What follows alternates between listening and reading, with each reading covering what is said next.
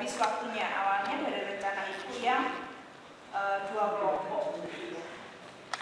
Ternyata nggak cukup. Di kelas ini apalagi karena satu topik disampaikan oleh 2 kelompok. Jadi nanti Ibu pastikan kalau hari ini tetap 1 dan sisa pembahasan kita yang masih 2 topik itu nanti di pertemuan ke-7 dan 8. Pas UTS kita masih presentasi. Karena memang nilai presentasi langsung akan menjadi nilai UTS. Jadi sekali lagi Ibu tegaskan teman-teman yang kemarin merasa presentasinya belum maksimal, ya, silahkan menyimak baik-baik apa yang disampaikan teman-teman kalian sehingga kalian bisa lebih aktif lagi memberikan pendapat ataupun bertanya. Ya, silahkan dimanfaatkan sebaik mungkin karena setiap mahasiswa yang menyampaikan pendapat atau bertanya maka akan mendapatkan tambahan poin. Dan pastinya akan Ibu akumulasi untuk menjadi nilai akhir dari UTS-nya. Gitu ya. Kalau kemarin merasa presentasinya hanya membaca, tidak ada pengembangan, kemudian ada pertanyaan dari teman-teman juga belum bisa memberikan penjelasan yang maksimal, ya silakan mulai hari ini lebih disimak lagi apa yang disampaikan teman-teman. Kemudian teman-teman yang presentasi juga mumpung masih ada 3 kelompok ya termasuk hari ini mungkin agak terlambat. Kalau bisa setiap apa yang kalian sampaikan itu ada contoh yang bisa kita lihat ataupun kita baca. Agar omongan yang kalian sampaikan itu tidak hanya bayangan ya yang kita nggak tahu wujudnya seperti apa. Kayak kemarin misalnya contoh perumusan masalah gitu ya. Masih minim banget Ibu menemukan rumusan masalah yang dituliskan itu yang ada hubungannya dengan DKV. Sehingga audien pun benar-benar blank gitu ya. Ini seperti apa sih yang disampaikan ini gitu. Tidak perlu terlalu banyak membahas teorinya ya, lebih baik langsung ke contohnya kalau memungkinkan. Nah, bagian ini sebenarnya akan lebih cocok untuk tema terakhir. Di mana tema terakhir itu kalian bisa langsung mengajak semua audien untuk praktek. Silahkan nanti yang kelompok terakhir dibuat semenarik mungkin sehingga audien ini terlibat di dalam penyampaian materi. Seperti itu, ya. Waduh, ini jadi PR berat. Kelompok terakhir siapa? Angkat tangan. Sudah paham dengan materinya? Belum baca. Gimana?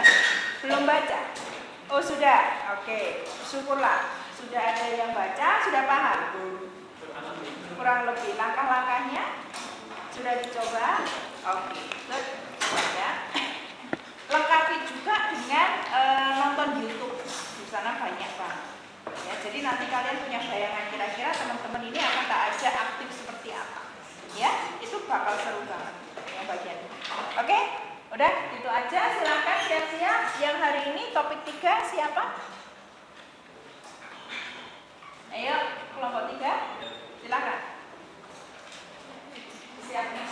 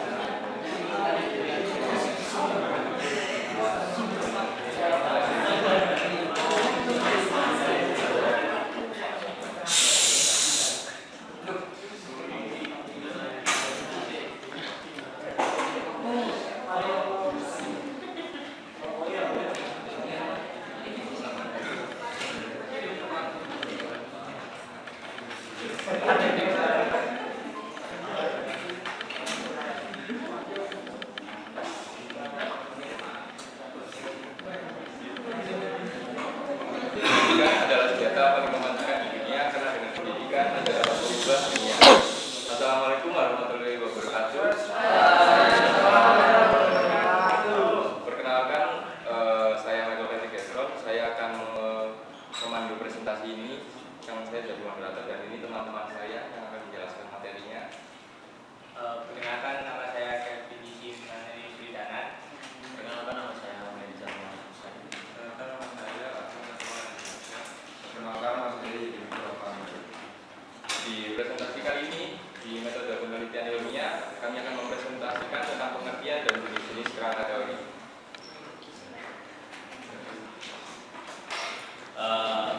Untuk latar belakangnya, kerangka teori itu merupakan sebuah peran penting dalam pembuatan metode penelitian ilmiah, karena kerangka teori itu merupakan struktur yang dapat mengarahkan kemana sih dalam untuk membuat metode penelitian ilmiah itu. Lalu untuk rumusan masalahnya sendiri, yaitu bagaimana kita dapat memahami perbedaan dari jenis-jenis kerangka teori seperti deskriptif, eksplanatif, interpretatif, dan prediktif dalam konteks penelitian ilmiah. Kemudian untuk tujuan dari rumusan masalah ini adalah untuk memberikan pemahaman yang mendalam tentang perbedaan dan aplikasi berbagai jenis kerangka teori dalam konteks penelitian ilmiah. Dengan memahami tujuan ini diharapkan pembaca dapat mengidentifikasi jenis kerangka teori yang paling sesuai dengan tujuan penelitian mereka dan menerapkannya secara efektif dalam analisis dan interpretasi data. Selain itu, tujuan ini juga membantu pembaca memperluas pengetahuan mereka tentang peran penting kerangka teori dalam memahami proses penelitian dan mengembangkan pemikiran ilmiah. Selanjutnya yaitu pengertian. Teori adalah generalisasi atau kumpulan generalisasi yang dapat digunakan untuk menjelaskan berbagai fenomena secara sistematis. Menurut Popper and Schindler mengungkapkan bahwa teori adalah seperangkat konsep, definisi, dan proposisi yang tersusun secara sistematis yang dapat digunakan untuk menjelaskan dan meramalkan fenomena. Menurut William Wiersma, teori merupakan generalisasi atau kumpulan generalisasi yang bisa digunakan untuk menjelaskan fenomena-fenomena yang sistematis. Kerangka teori. Kerangka teori adalah suatu dasar penelitian yang mencakup penggabungan antara teori, observasi, fakta, serta kaidah-kaidah yang akan dijadikan landasan dalam melakukan karya tulis ilmiah. Menurut Polanyi, kerangka teori adalah suatu diagram yang dijadikan sebagai gambaran alur logika dari tema yang akan ditulis dalam penelitian. Kemudian untuk jenis-jenis, menurut Marx, jenis teori ada 3. Teori yang pertama yaitu yang deduktif, yaitu memberikan keterangan dimulai dari sesuatu perkiraan atau pikiran sesuai spekulatif tertentu ke arah data akan diterangkan. Kemudian teori fungsional yaitu saling pengaruh antara teori dengan data, yaitu data mempengaruhi pembentukan teori dan pembentukan teori kemudian dipengaruhi oleh data. Dan yang ketiga, teori yang induktif adalah cara menerangkan dari data ke arah teori. Oke, jadi ada tiga jenis kerangka. Yang pertama adalah kerangka operasional. Nah, kerangka operasional ini merupakan jenis kerangka teori yang bisa digunakan untuk menjelaskan suatu variabel yang sudah ditentukan serta sesuai dengan topik penelitian.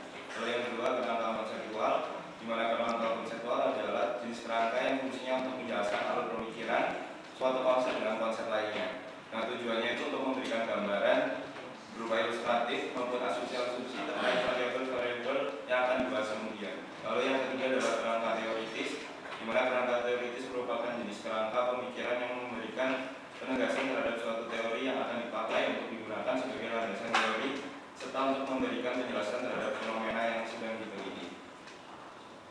Untuk kesimpulannya adalah dari penelitian ilmiah, pemahaman yang mendalam tentang pengertian dari jenis kerangka teori sangatlah penting karena teori memberikan struktur konseptual yang memandu penelitian, membantu merumuskan pertanyaan penelitian yang tepat, serta menyediakan landasan untuk analisis dan interpretasi data. Terdapat berbagai jenis kerangka teori, yaitu seperti deskriptif, eksplanatif, interpretatif, dan prediktif, yang masing-masing memiliki pendekatan dan tujuan yang berbeda dalam menjelaskan fenomena yang diamati melalui survei literatur dan pengembangan kerangka konsep yang sesuai. Peneliti dapat memperoleh wawasan yang mendalam tentang konteks penelitian mereka dan merancang penelitian yang relevan dan bermakna. Oke, sekian presentasi dari kelompok kami. Silakan.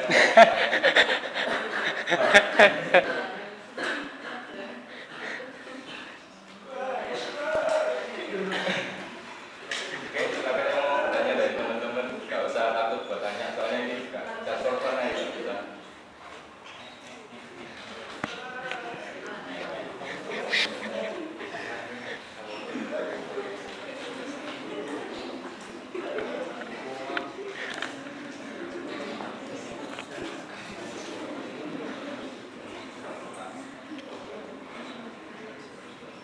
Ayo, silakan.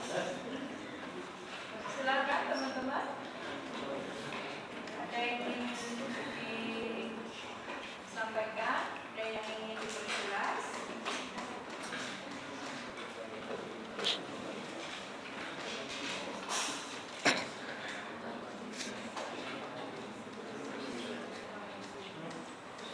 Ya, oke.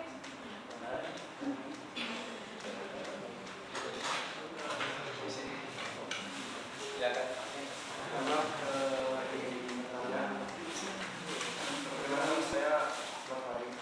Jadi saya ingin bertanya mengenai kerangka teori, jenis kerangka teori tadi. Kira-kira dari jenis-jenis itu apakah bisa dipakai bersamaan, bisa digabungkan? Ya, kerangka saya dengan kerangka profesional ini terus digabungkan dengan kerangka konseptual dipakai bersama dengan saya digabungkan gitu jenisnya jadi satu gitu. Kalau bisa mungkin mau jelaskan, kalau nggak bisa kalau sampai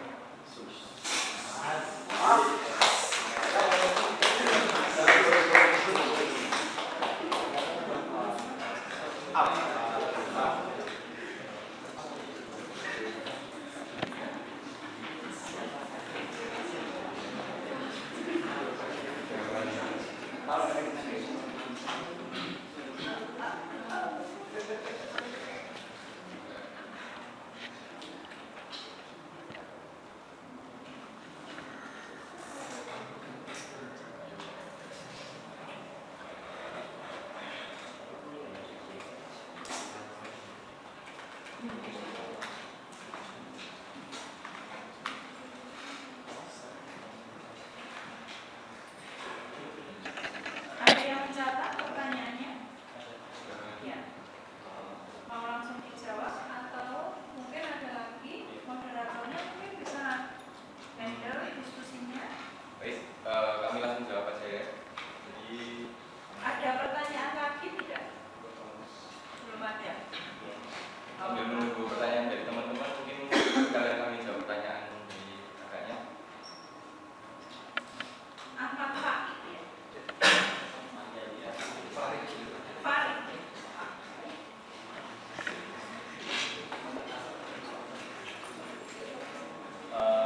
Oke, untuk dari pertanyaan dari Mas Fahid tadi ya, kenapa apakah bisa jenis-jenis kerangka tadi dijadikan satu dalam satu metode penelitian ini ya?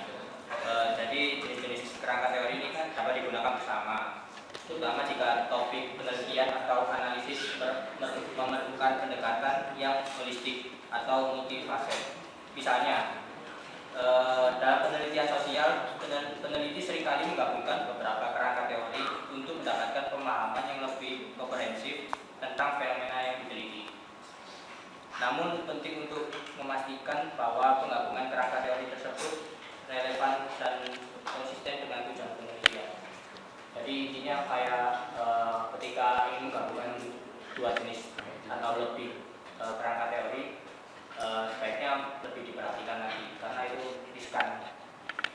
masalah. Ya amannya sih pakai satu jenis kerangka teori. Selama penelitinya bisa menghandle itu sih. Oke, Ibu coba tambahkan ya. Judulnya apa? Pengertian dan jenis-jenis. Coba ke slide pertama. Pengertian dan jenis-jenis kerangka teori. Kerangka teori itu kalau di laporan penelitian kalian itu ada di bab berapa?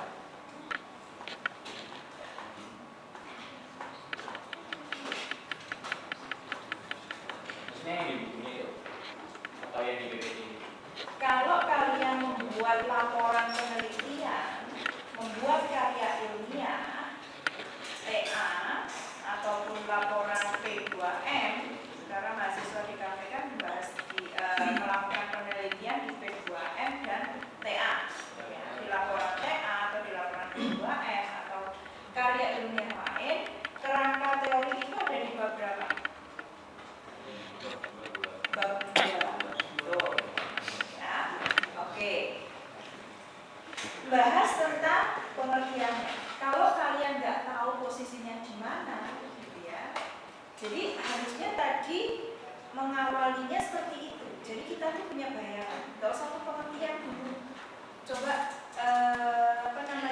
metodologi penelitian ini kan endingnya adalah bagaimana kita mampu membuat laporan ilmiah, ya, laporan ilmiah yang merupakan hasil dari penelitian kita. Sebagai bagian dari akademisi, kalian harus melakukan penelitian. Oke. Nah, kerangka teori itu ada di bab 2. Kalau rumusan masalah ada di bab berapa? Bab 1. Ya, kita sudah membahas itu. Ya. Oke. Sudah paham ya? Nanti kalau masih ada yang bingung, nggak percaya, ke perpus, lihat laporan P2M ataupun laporan TA kakak tingkat kalian. Loh Bu, metodologi penelitian kok tiba-tiba buka TA? Iya, karena memang output dari mata kuliah ini adalah kalian mampu menyiapkan proposal penelitian, di mana proposal itu nanti juga dipakai untuk laporan akhir. Gitu. Oke.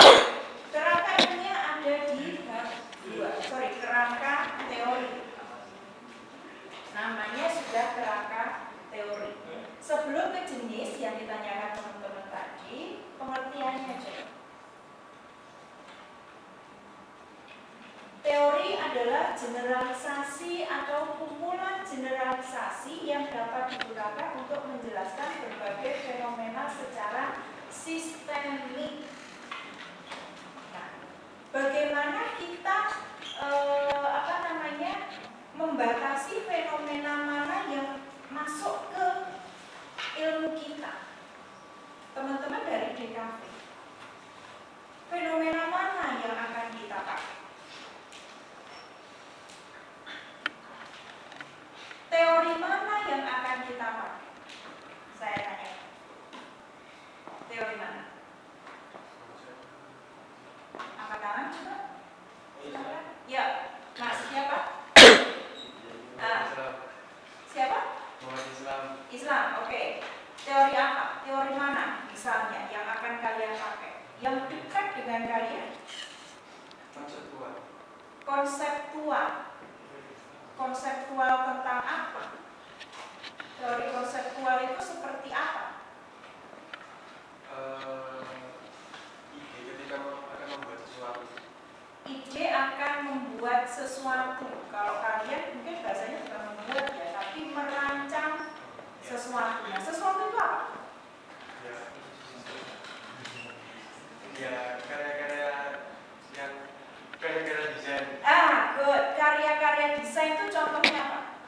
Seperti logo. Ya, udah satu aja. Ya, kalian mau meneliti atau membuat logo sebuah perusahaan di mana logo perusahaan itu sudah tidak relevan lagi.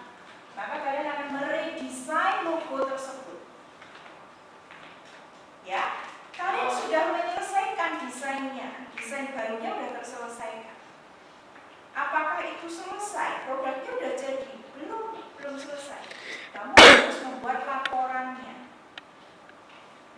laporan itulah akan ada pendahuluan di mana kamu menyampaikan latar belakang, rumusan masalah, metodologi penelitian, dan lain-lain.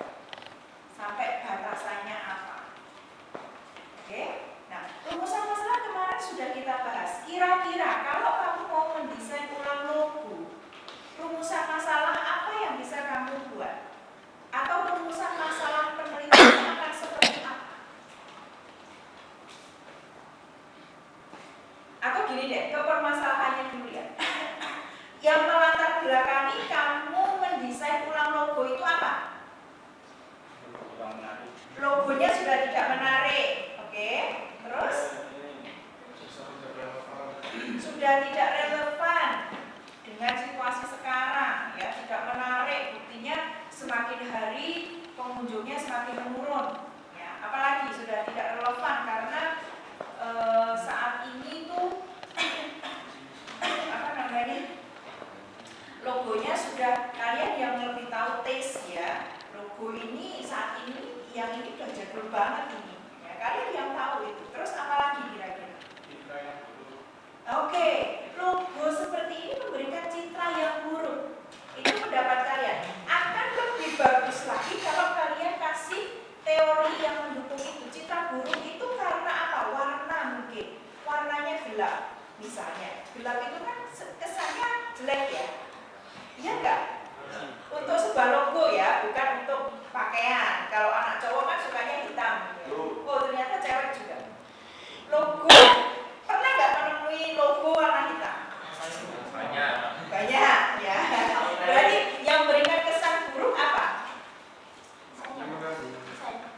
Desain dari logo ini memberikan kesan buruk karena warnanya balik lagi ya kan? Nah, oke, ambil aja warnanya memberikan kesan buruk karena menurut teorinya Ali.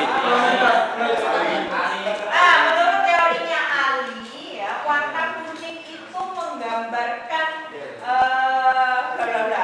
akan lebih kuat lagi alasan kalian sehingga meredesain logo tersebut ya. Berdasarkan latar belakang tersebut maka penelitian ini mengangkat judul redesign logo perusahaan A sebagai media promosi atau sebagai brand image atau apalah, kalian yang lebih tahu ya kan. Oke, itu judulnya. Oke, kemudian masuk ke rumusan masalahnya. Dengan latar belakang seperti itu, maka rumusan masalah kalian akan bagaimana? Pertanyaan besar dari penelitian kalian itu akan seperti apa? Kalau hasil akhir kalian adalah logo baru itu tersebut, maka judulnya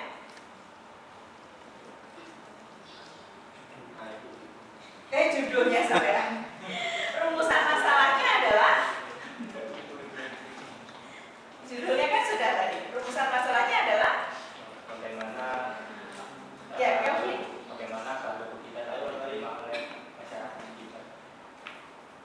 Kamu tidak perlu jauh-jauh mau diterima atau tidak, tapi yang kamu lakukan di penelitian kamu adalah cukup mendesain ulang, ya kan? Bagaimana redesign logo ayam longso, gitu ya?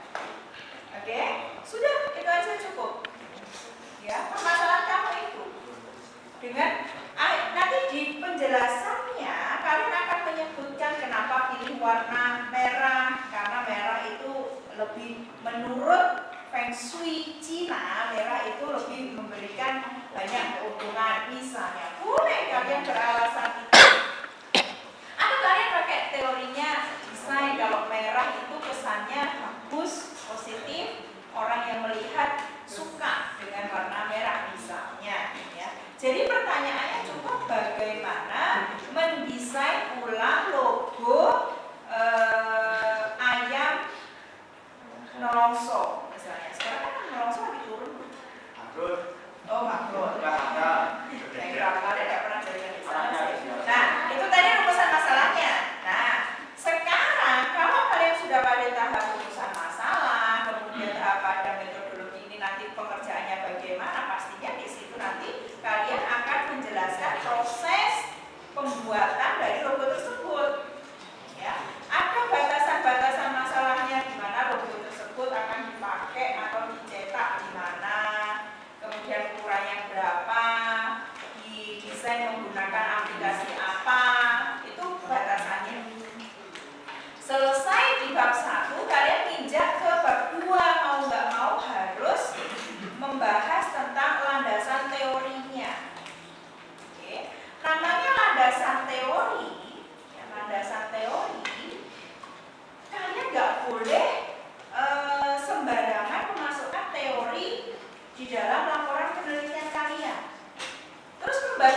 gimana?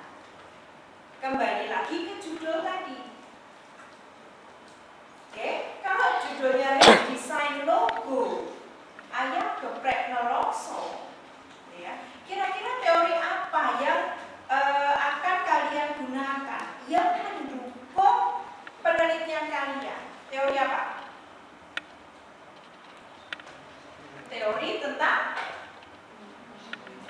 desain pasti.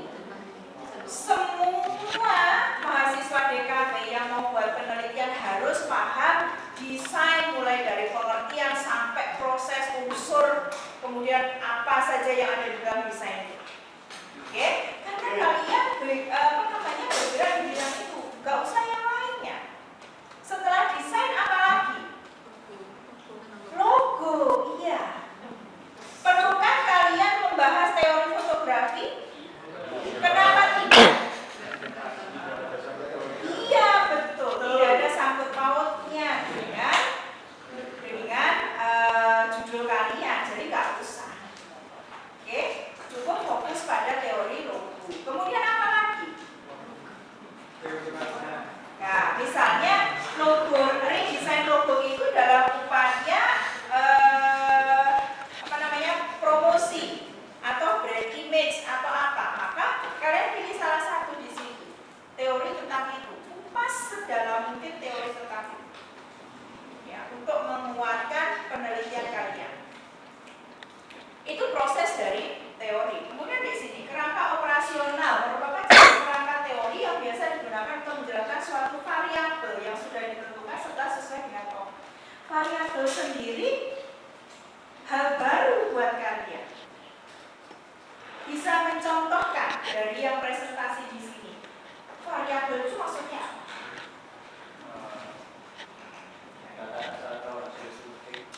Data-data atau hasil survei?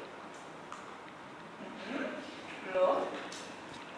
Setiap beda judul, dia akan punya beda variabel.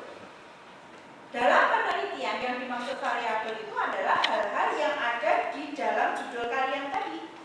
Kayak misalnya mendesain ulang tadi ya, variabelnya ya desain, logo, ya, kemudian ayam geprek nelongso sebagai objeknya. Itu variabelnya. 3 variabel ini yang dia akan berbaur, bercampur, bagaimana support satu sama lain sehingga muncul logo baru. Ya, itu yang disebut variabel. Beda judul akan punya beda variabel. Oke, nah itu tentang variabel. Maka variabel yang sudah ditentukan serta sesuai dengan topik penelitian, maka disebutnya seperti itu. Oke, itu kerangka operasional. Digunakan untuk menjelaskan suatu variabel yang sudah ditentukan serta sesuai dengan topik penelitian, seperti yang aku jelaskan. Kalau kerangka konseptual, jenis kerangka yang fungsinya untuk menjelaskan alur pemikiran antara suatu konsep dengan konsep lainnya dan tujuannya untuk memberikan gambaran atau gambaran ilustratif berupa asumsi-asumsi terkait variabel-variabel yang akan dibahas kemudian. Sayangnya tidak ada contoh ya. Bagaimana membedakan antara kerangka operasional, kerangka konseptual, dan kerangka teoritis? Ada contohnya enggak?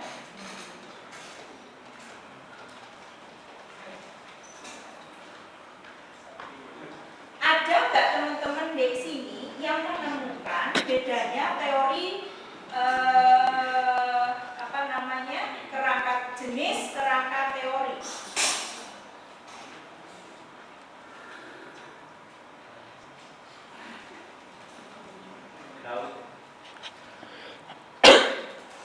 Oke, yang kebagian mencari jenis kerangka teori siapa? Tadi kan ada pengertian, ada 2 subbab ya, ada 2 topik yang kalian bahas, yaitu pengertian dan jenisnya, ya. Oke, yang menemukan jenis kerangka operasional, jenis kerangka konseptual, jenis kerangka teoritis ini, tapi beserta contoh, ada nggak? Ada yang menemukan itu dari 2 buku yang berbeda? Kalau untuk contohnya masih belum ditemukan, tapi untuk membedakannya kami dari penjelasannya sendiri. Kalau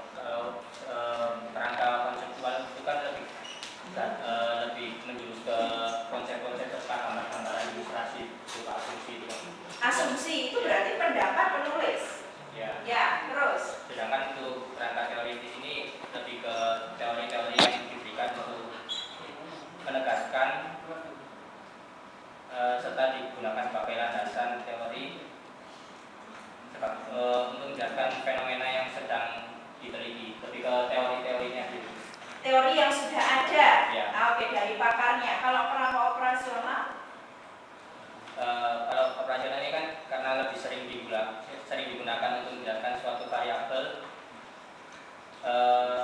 Jadi teman-teman tetap sesuai dengan topik. Ini biasanya digunakan ketika topik lebih ke yang sederhana gitu. Sederhana, jadi langsung menuju topiknya, menggabungkan topik variabel untuk menuju satu topiknya. baik. Kita lupakan jenis-jenis ini aja, ya. Intinya begini teman-teman. Di pengembangan kerangka teori, setelah kalian dapat variabel-variabel tadi dari judul kalian, ya, variabel itu nggak boleh lepas dari judul kalian, gitu ya. Kemudian kalian bisa menggabungkan semua jenis ini ya, di dalam bab 2. Boleh. Tentunya yang kerangka operasi kalian udah punya variabelnya. Dari judul tadi ada 3. Kemudian kalian mau mengembangkannya secara konseptual atau teoritis, gabungkan.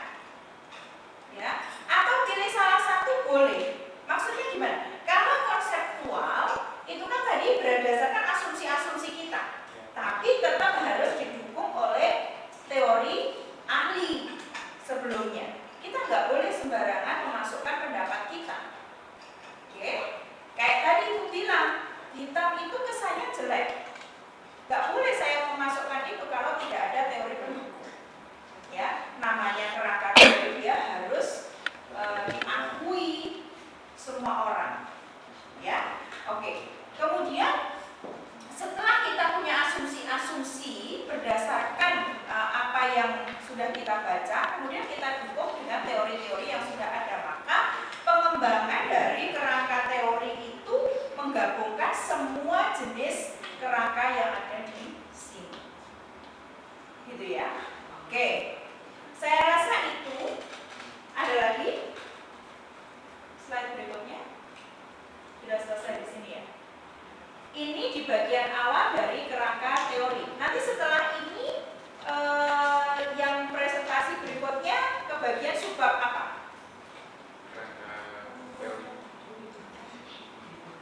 Apa? Fungsi dan langkah penyusunan kerangka teori. Oke, fungsi dan langkah penyusunannya ya. Oke, nah coba nanti kita bahas fungsinya apa. Jadi mereka memang hanya di bagian awal. Jadi teman-teman tahu bahwasanya di kerangka teori kalian harus sudah pegang variabel apa yang ada dalam penelitian kalian. Ya, ambil dari judulnya. Kemudian itu yang akan menjadi teori kalian.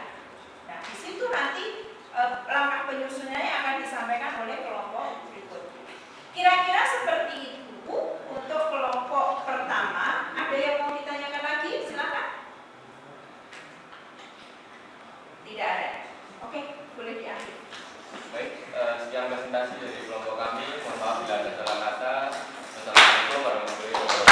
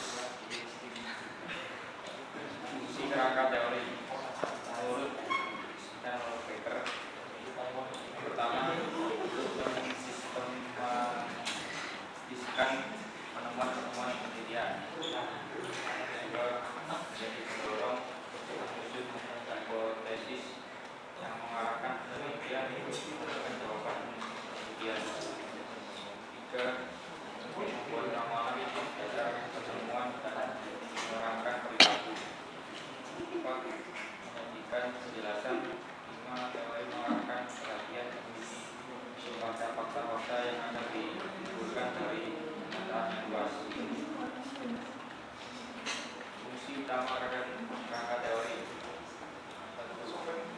Menetapkan suatu kesatuan untuk menentukan atau menetapkan jenis definisi dari istilah-istilah yang paling berhubungan dengan penelitian atau penelitian yang dilakukan. Fungsi ini bertujuan untuk mengklarifikasi beberapa teori yang digunakan fungsi untuk mengatasi masalah dari penelitiannya. Kedua, mempersatukan bagian dari penelitian. Mempersatukan poin yang ditetapkan dalam proses penelitian. Ini bertujuan untuk mempermudah pembaca dalam memahami karya ilmiah tersebut. Bahkan ada belakang pemeriksaan inti dari karya ilmiah seorang penulis. Sebagai batas penelitian yang bertujuan agar topik bahasa dari karya ilmiah tidak menyimpang dari batasnya. 5. Memberi informasi kepada pembaca mengenai metode yang digunakan. Langkah-langkah penyusunan kerangka teori yang pertama, tentukan model variabel. Yang kedua, mencari referensi dari buku penelitian. Yang ketiga, menguraikan jenis teori. Yang keempat, mengkaji semua teori serta hasil penelitian secara mendalam. Kajian teori standar dan hasil penelitian yang ada secara komparatif. 6. Menentukan inti permasalahan dari permasalahan yang akan dibahas. 7. Memeriksa pengertian. 8. Susunlah kerangka berikut.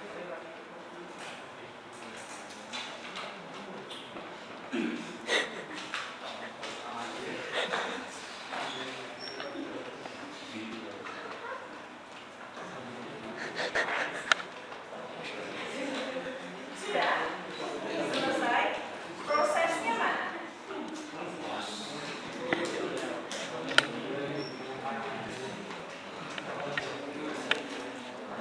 Oh iya, yang PPT terakhir sebelumnya langkah-langkah penyusunan teori. Oke, ini tadi sudah dijelaskan. Siapa yang menjelaskan ini? Tanpa ditunjukkan bagaimana prosesnya.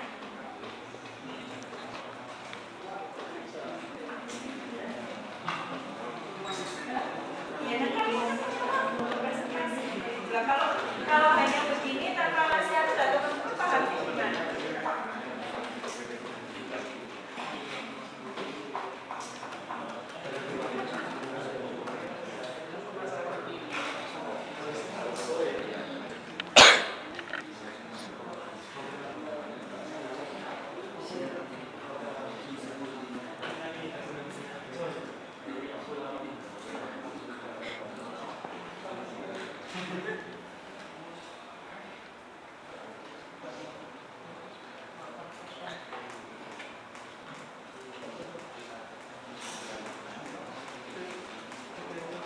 Tidak ada persiapan untuk menjelaskan ini.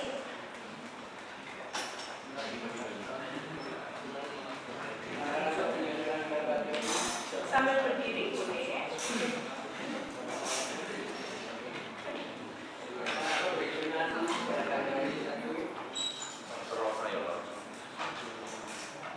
Satu, tentukan detail variabel dalam membuat kerangka teori dengan cara memahami, pelajari setelah menentukan variabel apa yang akan digunakan dalam penelitian yang tersusun.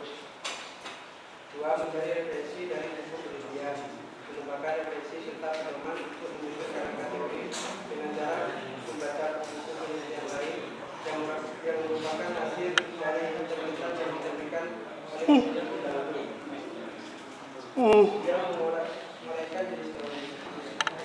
Mengetahui penelitian dengan menentukan jenis teori apa yang digunakan dalam penelitian untuk mendapatkan informasi dalam menunjang kelengkapan karya ilmiah. 4. Mengkaji semua teori serta hasil penelitian secara detail. Apabila semua informasi baik teori maupun hasil penelitian dari karya ilmiah secara detail diuraikan dan didapatkan seluruh teori serta hasil penelitian. Setelah itu silakan kaji teori-teori tersebut untuk menghindari potensi terjadinya ketidakcocokan dengan materi penelitian. 5. Kajilah teori serta hasil penelitian yang ada secara komparatif. dilakukannya pengajian kembali dari teori serta hasil penelitian secara komparatif untuk mendapat penentuan teori atau hasil penelitian. 6. Menentukan inti permasalahan dari permasalahan yang akan dibahas. Menentukan inti permasalahan apa yang akan dibahas dalam karya ilmiah tersebut. Pemeriksa pengertian. Teori yang menggunakan serta model yang memiliki relasi dengan melakukan pemeriksaan untuk mengevaluasi secara mengenai teori apa yang digunakan. 8. Memperhatikan kontribusi anda dalam proses penelitian. Hasil penelitian mendapatkan kualitas serta sesuai dengan prosedur yang sudah ditetapkan dalam proses. Pembuatan karya ilmiah. Penulis juga harus memperlihatkan kontribusinya dalam melakukan proses penelitian.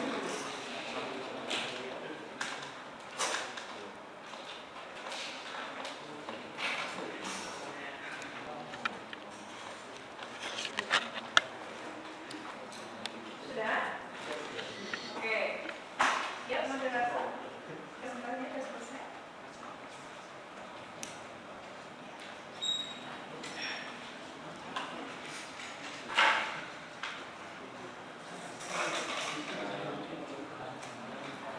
Bagi yang ingin bertanya silakan, dipersilakan.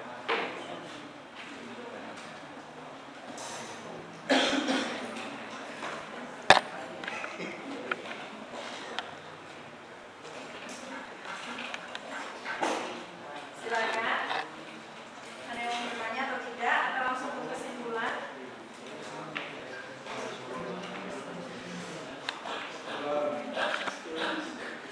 Sudah terintimidasi dulu ya. Ayo, mau bertanya atau tidak? Atau kita akhiri? Akhiri. Kenapa? Oh, sudah tidak ada pertanyaan. Ibu ambil kesimpulannya aja ya. Coba fungsi yang pertama apa?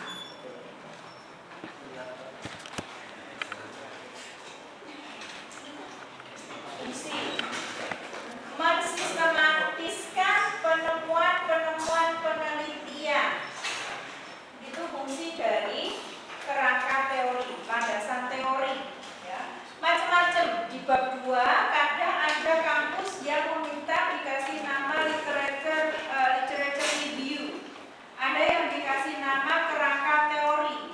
Ada yang dikasih nama landasan teori. Apapun namanya, dia bab 2 itu adalah mengumpulkan teori-teori yang mendukung dari penelitian kita. Oke. Yang pertama dia punya fungsi mensistematiskan penemuan-penemuan penelitian. Jadi penelitian kita itu tidak asal kita buat, tapi sudah ada penelitian-penelitian sebelumnya yang semacam itu, di mana kita tahu ada celah yang belum diteliti di bagian itu sehingga kita menelitinya. Jadi yang akan kita lakukan itu akan lebih sistematis karena sudah pernah dilakukan oleh penelitian sebelumnya. Itu fungsi dari landasan teori yang pertama. Yang kedua, menjadi pendorong untuk menyusun hipotesis yang mengarahkan peneliti untuk menemukan jawaban penelitian. Kalian tidak menentukan hipotesis, ya kalian tidak melakukan dugaan karena kalian mengembangkan sebuah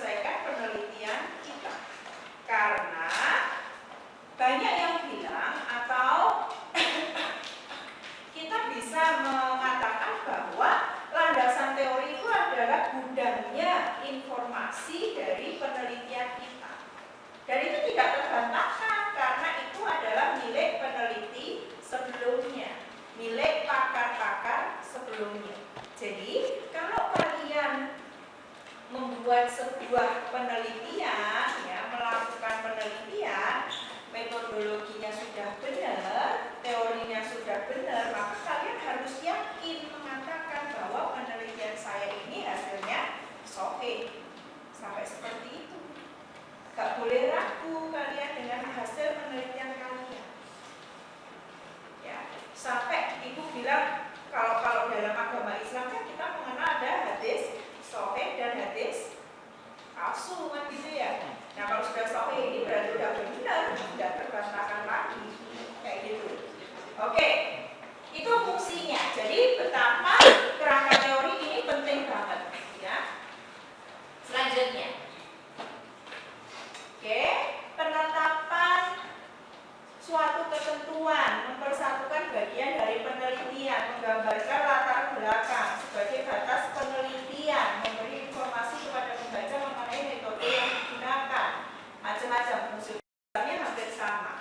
Dia juga membatasi penelitian kita karena kita hanya menjelaskan teori-teori yang merupakan variabel dari penelitian itu. Oke, nah selanjutnya untuk langkah-langkah penyusunannya, tentukan detail variabel seperti tadi ya, nanti ibu contohkan lagi. Mencari referensi dari buku penelitian. Nah ini yang penting. Sekarang kalian punya internet, jangan cari referensi dari Wikipedia, itu ya nggak boleh.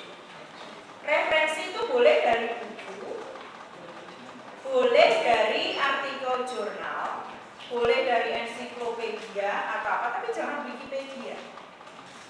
Padahal bu kita sering loh ngambil dari Wikipedia, jujur, ya kan? Ya, Ali ketawa. Berarti memang ya, kadang di mesin pencarian itu kita nyari apa gitu yang muncul di atas itu pasti ada informasi dari Wikipedia, ya kan?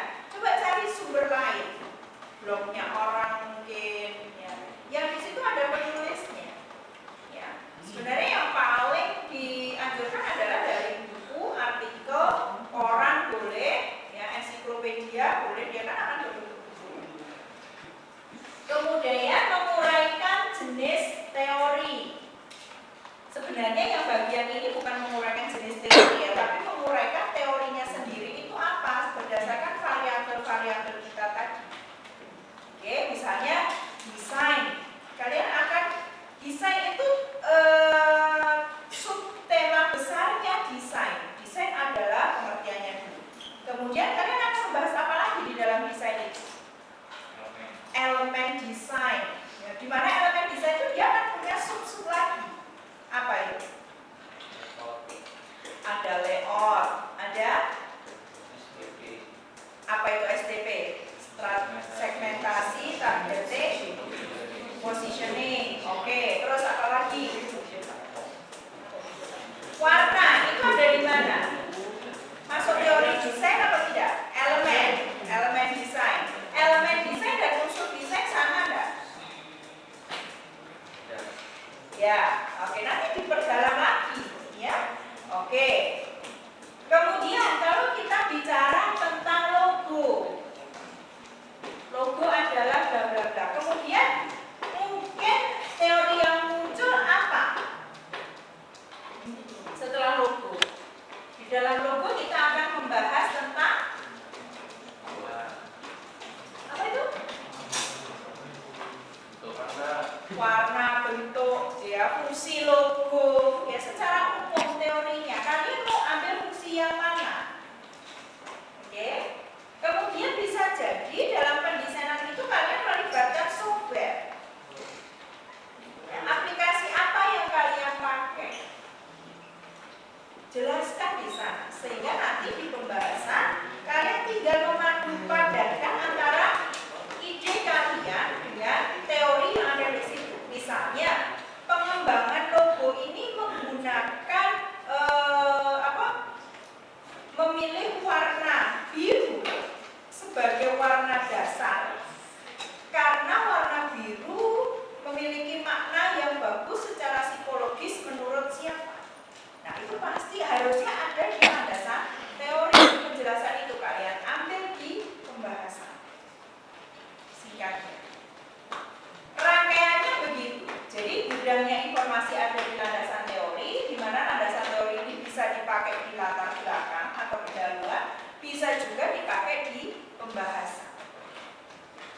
Sampai akhirnya produk kalian itu jadi proses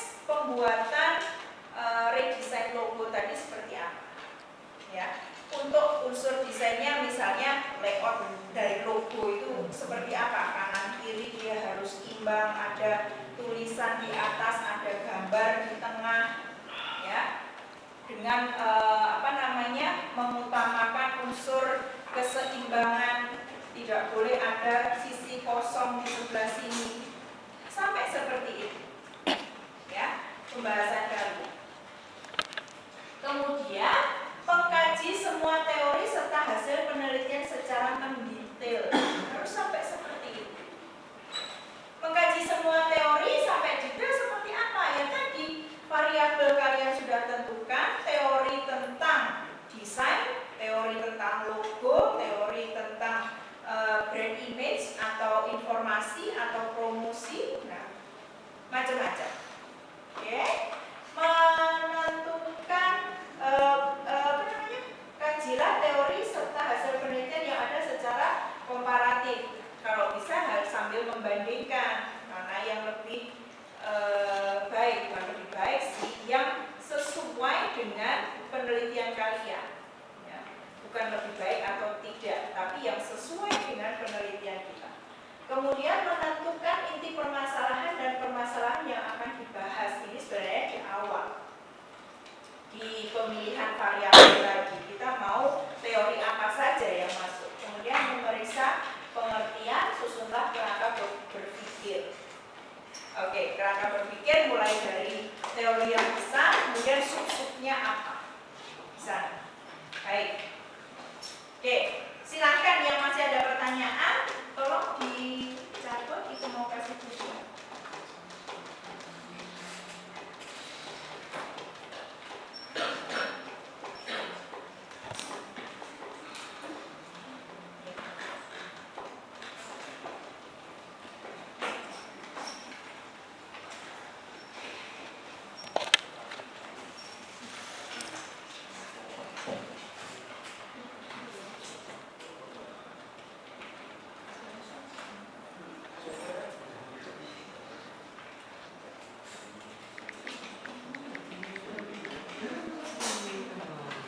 Oke, ini salah satu laporan P2M mahasiswa yang bimbingan ibu semester kemarin. Merchandise Museum Ganesha di Kota Malang sebagai media promosi. Oke, dengan judul seperti ini. Teori apa saja yang harus ada?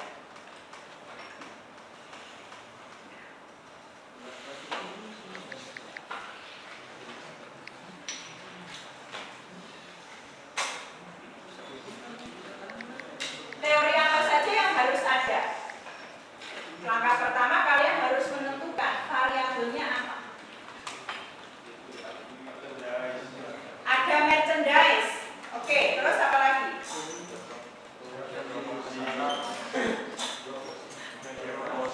Media promosi. Oke.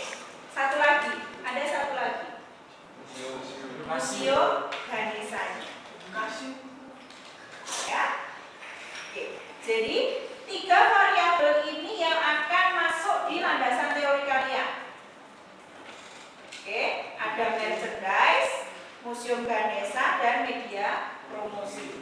Satu teori yang wajib kalian harus ada adalah teori tentang desain. Sebelum masuk ke pembahasan merchandise, kalian harus membahas dulu tentang desain itu sendiri. Ya, karena kalau dulu judulnya agak panjang, kita kasih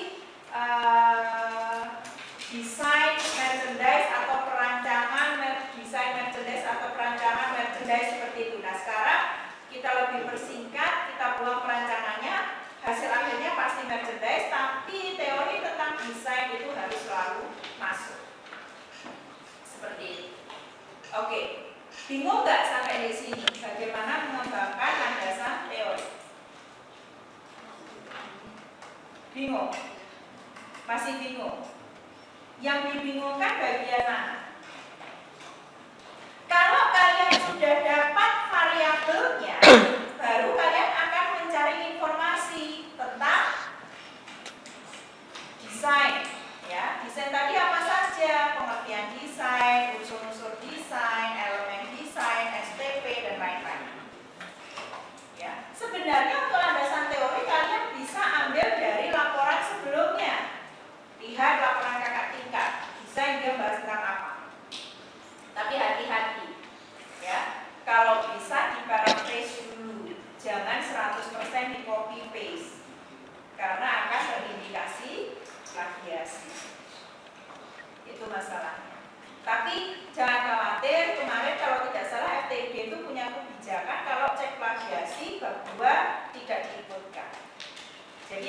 biasanya hanya bab 1, bab 3, dan bab 4. Kalau ada bab 5 mungkin bab 5. Tapi yang di P2N ini hanya sampai bab 4. Seperti itu. Oke, silahkan. Yang masih bingung gimana? Jadi yang pertama kalian harus tahu dulu variabel dari judul kalian apa. Setelah dapat variabelnya, maka cari masing-masing teori tentang variabel yang kalian butuh. Kayaknya semuanya masih blank. Ibu tanya lagi, dengan judul Merchandise Museum Ganesha di Kota Malang sebagai media promosi, kalian akan mencari teori tentang apa saja? Merchandise Museum Ganesha dan media promosi. Seharusnya teman-teman yang presentasi dari kelompok sebelumnya tadi sampai sekarang harusnya bisa sampai seperti ini. Jadi kita bisa membayangkan, ya, apalagi sampai memunculkan contohnya. Nah, kenapa nggak disampaikan?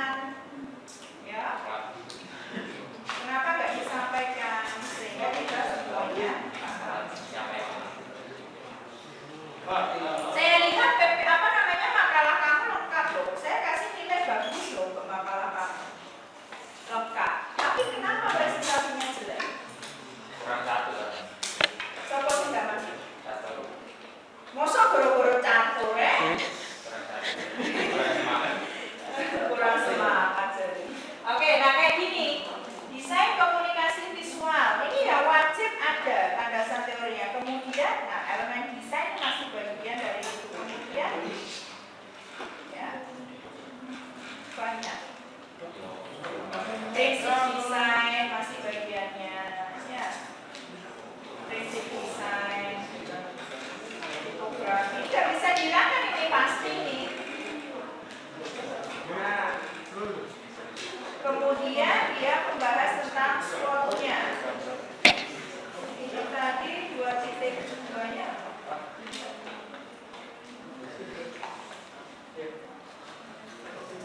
Oh, tipografi. Tipografi itu masuk di dalamnya desain nggak sih? Masuk.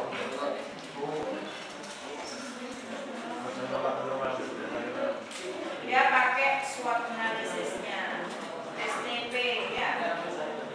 Oh, ini belum selesai. Ya. Nah, dia akan membahas layout, merchandise, media promosi, dan museum Ganesha. Oke. Baik. Cukup? Ada yang mau ditanyakan? Oke, silakan. Silakan yang lainnya? Tidak ada? Dari presenter ada yang mau ditambahkan?